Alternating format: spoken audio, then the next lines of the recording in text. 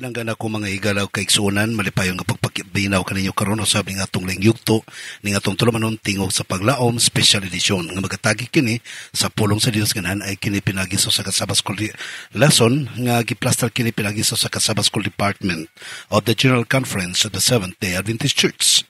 Mga pinangga ko mga kaigsunan to pagadugukan karon katong pagatunan mo kaning lesson number 4 nga nagkanayon, Justice and Mercy in the Old Testament Part 2. So, man ito pagadugukan karon mga pinangga ko mga kaigsunan. Pero sa dili pa gusto lang ako tibalukan ninyo nga to ang meeting karong sa Baduha mga higala. Dinita magkita ninyo. Imbes dito mato sa LGU, di na po madayon sa LGU mga higala. Final announcement din higyod sa Baybayon Beach. Tukuran sa Buanga del Sur. Alang sa tuwang Sabbath Fellowship. Anyway, basaag-saag mo, dugol raman na sila mga kaigsunan, no? Sa Baybayon Beach, gyud ang final. So, hindi ta magkita kaninyo kamong tanan alang sa tuwang special Sabbath Fellowship. Karong adlawng igpapahulay. So, mga pinangga kong mga kaigsunan, ang ato ang mga kapamilag kaigsunan sa Sambuanga del Sur, ayaw ninyong pakyasa, magkita-kita taninyong tanan, usbon ko din sa Baybayon Beach, tukuran sa Sambuanga del Sur. Okay, sa pagpadayon mga pinangga kong mga kapamilya, dapito na itong balang espiritu, sa pagpakiguban ka na ito mag-amputa. Dalaygon o balaan na mo nga Diyos nga na ikaw sa kitasan sa mga langit, akan salamat Ginoo sa mga panalangin sa pagpakiguban mo kanamo, dalaygon ikaw sa nga tanan sa walay katapusan, nga pag-amuma mo kanamong tanan. Ikaw magapanalangin untas tanang mga naminaw karon sa tanang mga donors, mga sponsors, ng imong pulong masabtan, o makinabuhian sa tanan, o mahimong inspirasyon sa tanan sabta magapadayon sa pagpangalagad kanimo.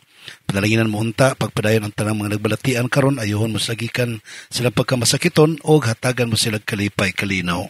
Iyong manusab sa tanang mga nag-alagad kanimo sa adlaw igpapawlay nagasimba kanimo, ikaw ang magapanalangin usab kanila o sa imong organized church sa Seventh-day Adventist sa kinatibukan gikan sa General Conference down to the local church. Ikaw magapanalangin unta kanila Ginoong Dios o sa tanang mga pastors, mga pangulo nagabuhat nini. Ikaw magapanalangin unta usab sa tanang mga kawani ning station sa LCM-FM o sa tanang nga dina-play kini nga broadcast o sa tanang mga kaigsunan nga nagpaluyon ini nga tulumanon, ikaw magapanalangin. Pasilwa kami sa mga sala Ginoo kining tanan ang magitugyan kanimo gilaman nga madawat pinagi sa ngalan ni Jesucristo nga among manluluwas. Amen. Okay mga pinangga kong mga kaigsunan, usbon ko nga atong suheto karon nagkanayon, Justice and Mercy in the Old Testament Part 2. Ang ato ang K-text mga higala makita nato kini sa Ezekiel chapter 47 verse 9 nagkanayon, swarms of living creatures will live wherever the river flows. There will be large numbers of fish because this water flows there and makes the salt water fresh. So where the river flows, everything will live. Matod pa mga kaigsunan, ang mga similya sa isda, mabuhi ni kung asa padulong ang tubig sa sapa. O asa man tong dakong numero sa gidaganon sa mga isda, tungod kay ang tubig sa sapa nagatubod paingon didto. O bisan pa ang maparat nga tubig, himuon niyang presko, nga diin ang sapa nagatubod, paingon dito pod ang kinabuhi.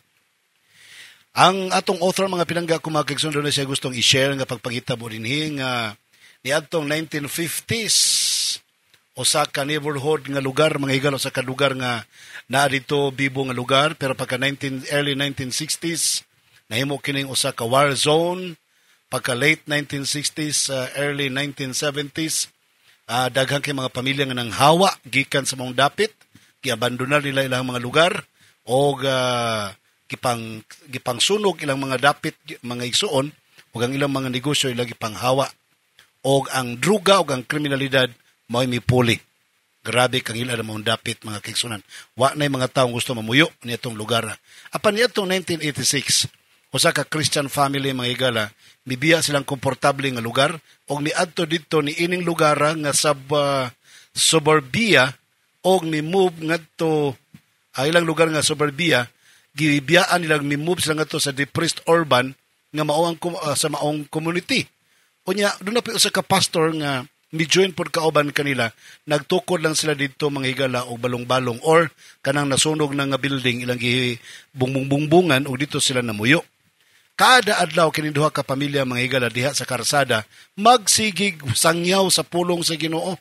magsigig minggol sa mga tao, magsigig pihisgot sa gugma sa Dios, kunya nagtabang sa mga nagkalisod, ipangtambalan ang mga balatian sa mga tao. Abi ninyo sinitabo mga kaigsunan, ang komunidad nga patay na unta sa kadautan, nabanhaw, nabuhi pag-usab. Mao ni ang dakong impact sa trabaho under Christianity. Dito na ang Kristyanidad nagsugod.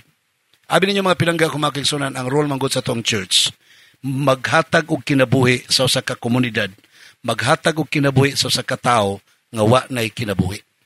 Wa nay paglaom, hopeless na mga pinangga ko mga kaigsunan. Mao na ang rule sa tuang church. Kabalo ka, we need everybody to be alive in Christ. Kinalan buhi ta diha kang Kristo mga kaigsunan. Ang grasya sa Ginoo may naghatag kanato og revival and reformation. Maupoy ato pong ipahat ngadto sa mga tao nga nangamatay na unta sa kalibutan pero mabanhaw sila pinagi sa grasya sa Ginoo. Now, let's focus to Ezekiel chapter 37, 1 to 14. Aron to bagon ang pangutana mga pinangga ko mga kaigsuonan kung unsa bagyod ang mahitabo ni adto nga mga bukog sa sumala sa nakita sa propesya. Niini nga mga bukog mga pinangga ko mga kaigsuonan yung makitaan nga wa na gyud dry red bones na gyud wa na paglaom may gala mo ni nakitaan dito sa panan-awon sa Ezekiel chapter 37.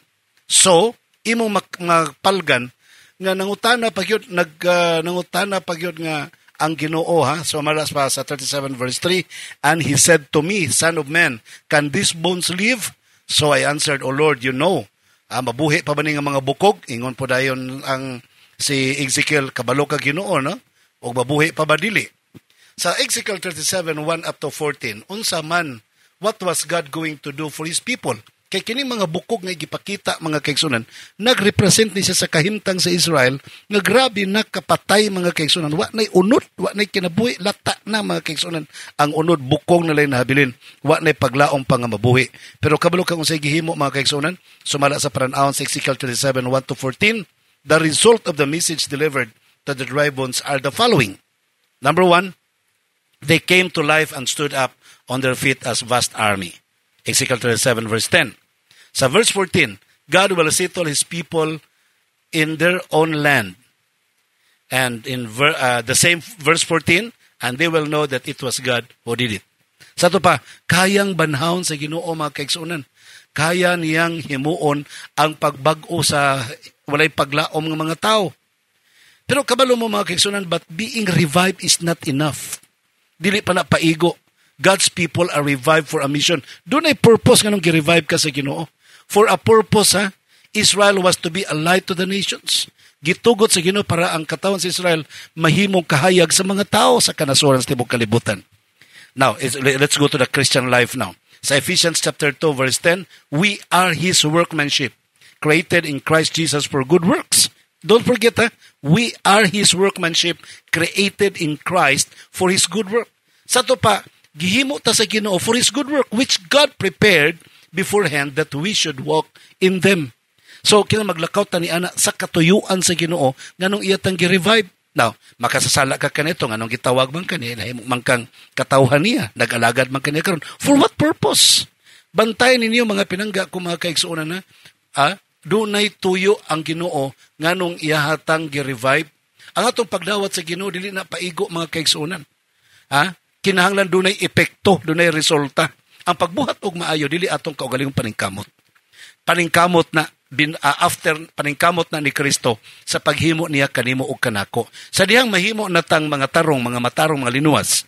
Di na ta kapunggan, di na ta mabadlong bisag pagkinsa pa mabadlong bisag general, bisag kinsa pang menglaking isog nga tawo mabadlong kanato. Di na ta mapunggan, magpadayon na ta pagbuhat og maayo, magsangyos may balita, maghimog revival and reformation, magtabang sa mga nagkinahanglan. Di na mapunggan mga kaigsuonan. No one can stop us.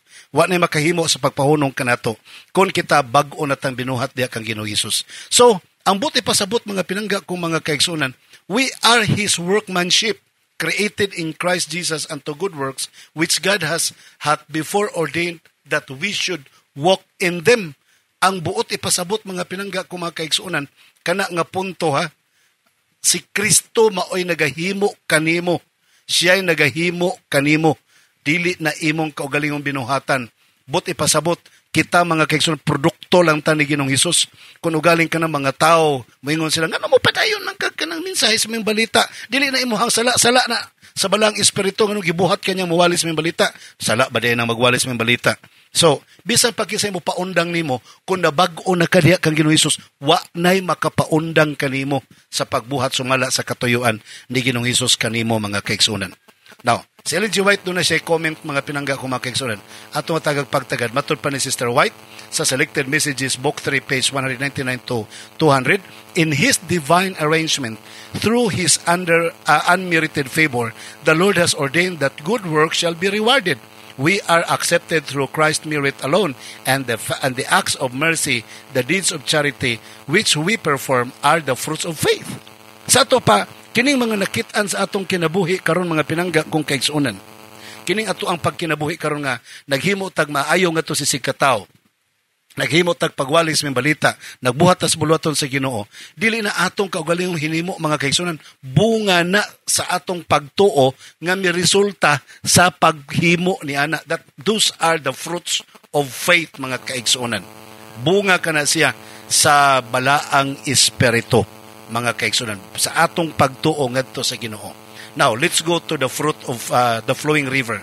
Kung sa mapoy nahitabo mga kaigsunan, si Manilag na Ezekiel, nakakita siya pananaon, nga nakakita siya mga kaigsunan sa Ezekiel chapter 47, 1-8. Nakita niya nga ang temple, doon ay nagtubod nga tubig, gikan sa south right side, sa altar, gikan sa templo, ilalom, nagtubod ang tubig, nagbuswak ang tubig, baha paingon dito sa east. Unya miduol siya dito, doon ay tao nga gisoroy siya dito. Unya giingnan niya, nagdala og kanang sukdanan, gisukod mga kaigsunan. Primerong sukod 1,000 cubic. Taga kiting niya ang tubig mga kaigsunan. Ingon pagyud ang tao nga, sige, another 1,000 cubic. Uy, taga tuhod naman. Ato na po sa unahan, gisukod another 1,000 cubic. Uy, taga hawak naman.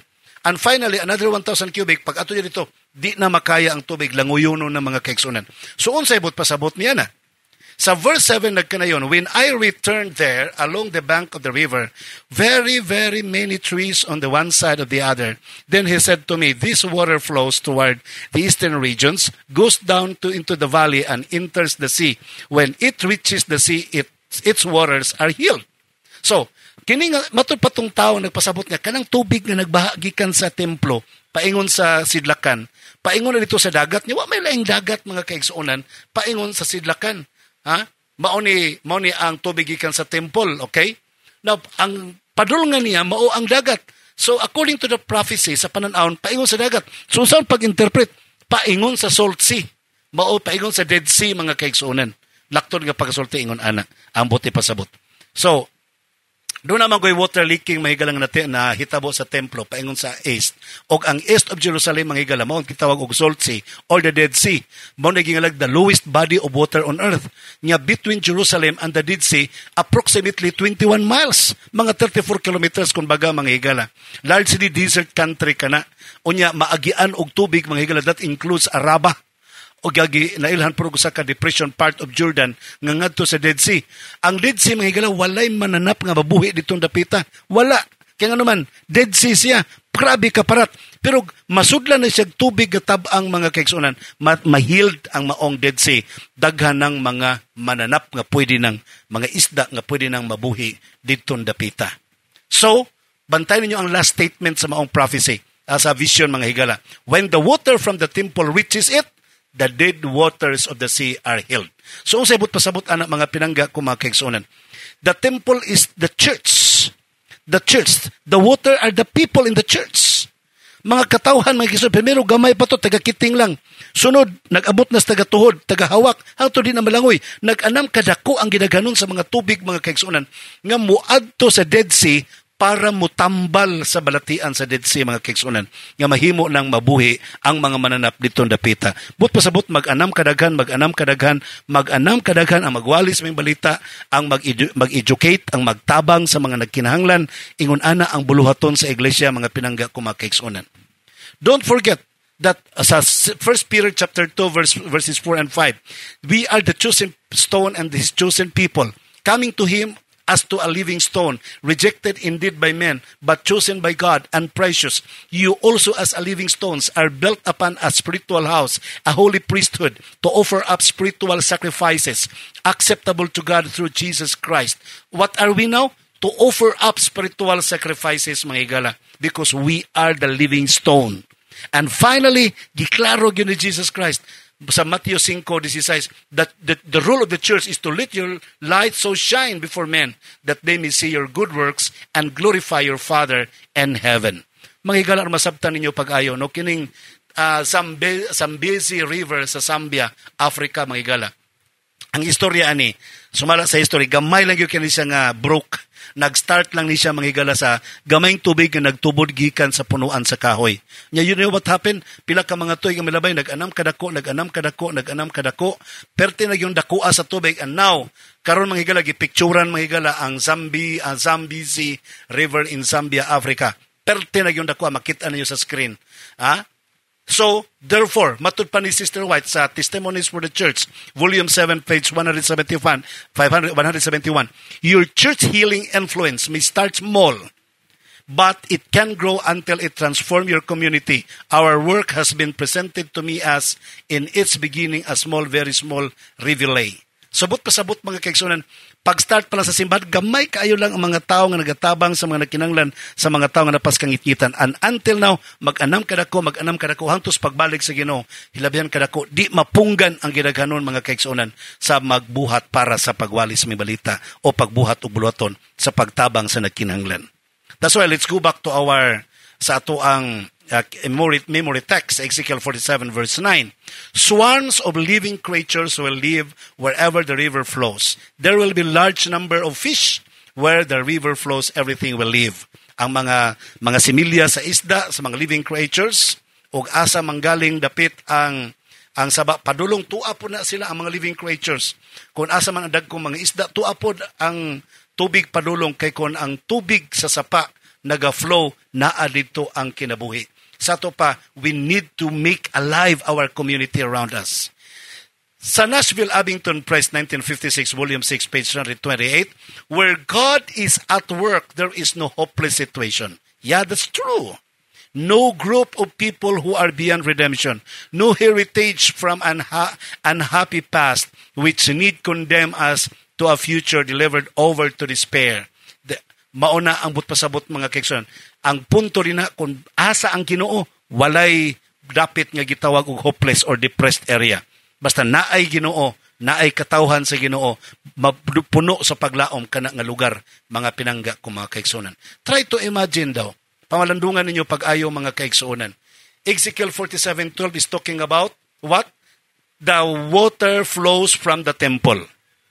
Kung i-compare po niyo sa Revelation 22 verses 1 and 2, makita ninyo sa screen karon, matud pa sa Revelation 21, 1 and 2, ang tubig sa kinabuhi, ang sapa sa kinabuhi, mga kaigsunan, nagtubod gikan sa trono sa Dios. So, ang sabot pasabot, nganong ang makatawhan sa Dios gisambingay sa Ezekiel 47:12 nga makapabuhi sa patay nga dagat ng mga higala, makapabuhi sa patay nga komunidad. Ngano? Because the water of every Christian is really coming from the throne of God. Gikan sa trono sa Ginoo, mga kaigsunan. Don't forget nga ang Old Testament times, doon sa lagi nga Jubilee year, Jubilee Sabbath. Ang Jubilee Sabbath, pasayloon ang mga nautangan, ipagawas ang mga binilanggo, unsaon pa ang Jubilee Sabbath, mauna ilang Jubilee year mga kaigsuonan. And you know what? Ang Isaiah 61 verse 1, declaim ni Jesus Christ sa Luke chapter 4, nga matud pa natuman din kaniya. Matud pa, ato nang basang taman sa 1 and 2, matud pa rin the Spirit of the Lord of God is upon me, because the Lord has anointed me to preach good tidings to the poor. He has sent me to heal the brokenhearted, to proclaim liberty to the captives, and the opening of the prison to those who are bound, to proclaim the acceptable year of the Lord, the Jubilee year. That's what Isaiah would like to say. And the day of vengeance of our God, to comfort all who mourn. Sa ito pa, ang Jubilee year, mga kaigsuonan nga gi-promise, natuman diha kan Jesus Christ. o ang katumanan sa trabaho sa Jubilee Promise, mga kaigsuonan, nga nahimo diha kan Jesus Christ, ma-identify sa mga katawhan sa Dios sa ulahing mga adlaw. Kaya matod pa sa verse 9, their descendants shall be known among the Gentiles. Who are the descendants of Jesus Christ? Shall be known among the Gentiles, and their offsprings among the people. So, here we are, the people of the church. All who see them shall acknowledge them, and they are the posterity whom the Lord has blessed. You see? Kitang mga sumusunod ni Jesus Christ, mailhan ta sa pagbuhat sa maong buluhaton, mga pinangga kong mga kaigsuonan. Busa, atong mapamalandong mga pinangga kong mga kaigsuonan, nga ang buhat sa Dios sa kaluoy, buhat sa Dios sa hustisya, buhat sa Dios sa pagwali sa may balita, dili nimo mapunggan murag baha, mga kaigsuonan, nga maghatag og kinabuhi sa maparat nga dagat aron ang mga isda nga naa dihan dapita mabuhi, mga kaigsuonan. So, atong mapamalandong nga ang tanang mga kaliwat ni Jesus Christ, tanang mga sumusunod ni Jesus Christ, makakaplag sa maong buluhaton, mga kaigsuonan. Makitaan sila, mailhan sila, makita sila nga nagbuhat sila sa maong buluhaton. Why you become a Seventh-day Adventist? Don't you know that the church is the agency for saving souls? Matod pa ni Sister White, ang iglesia mao ang ahensya sa pagluwas og kalag.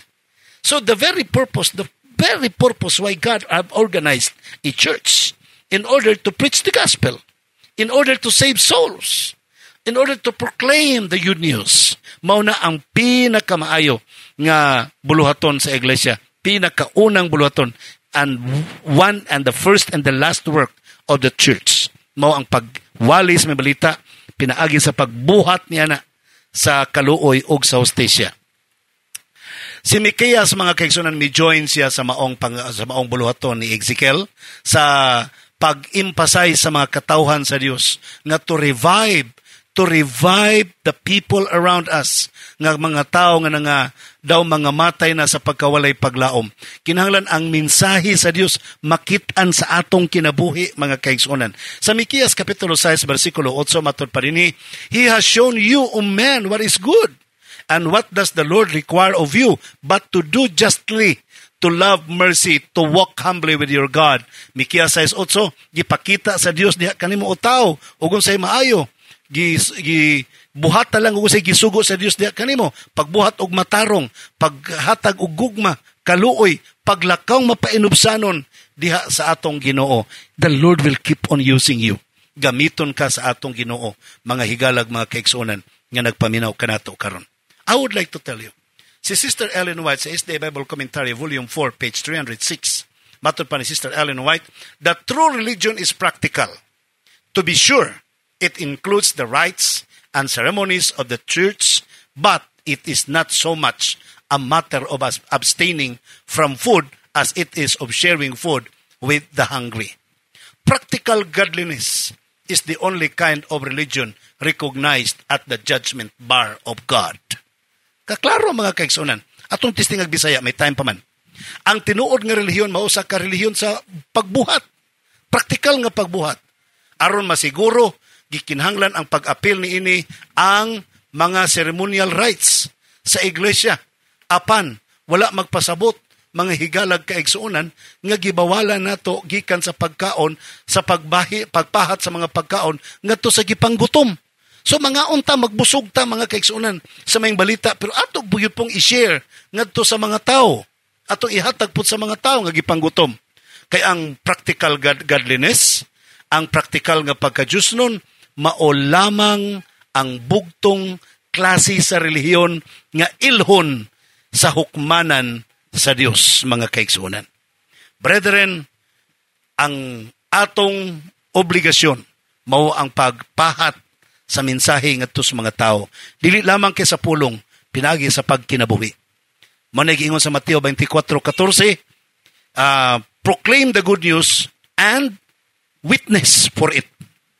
Iwali ang may balita, unya human kinabuhian pagyud ang may balita. That is the most effective way of evangelism. Hustisya, gugmag, kaluoy, ipakita sa mga tao, mga kaigsuonan. Ang Ginoo magapanalangin kanimo kanatong tanan. Okay, mga kaigsunan, wala na magitay panahon. Ako ipibalukan ninyo, usbon ko, nga karong adlaw, adlong Sabado, magkita ta ninyong tanan dinhi sa Tukuran, Zamboanga del Sur. Dinhi sa Baybayon Beach, Tukuran, Zamboanga del Sur. So ako gipanawagan ng ako mga pinanggang kapamilyang kaigsunan. Sa tibok Zamboanga del Sur, Lanao del Norte, Misamis Occidental, o gimamanusab sa Maguindanao Province. O gimamanusab sa Zamboanga del Norte, Zamboanga del Sur, o sa Sibugay Province. Magtagbo ta ninyong tanan mga kaigsunan dinhi sa Baybayon Beach, Tukuran, Zamboanga del Sur. Okay, thank you very much mga pinangga kung magkisama natin panos pakiguban kanimo sa ngalan lamang kanimo nga akong kapamilya o kan Jesus Christ nga to ang great provider. Ako usab ang imong kapamilya nimong ulipon sa pagwali sa may balita. Pastor Israel Villaver first magaingon kanimo malipayong adlaw igpapahulay.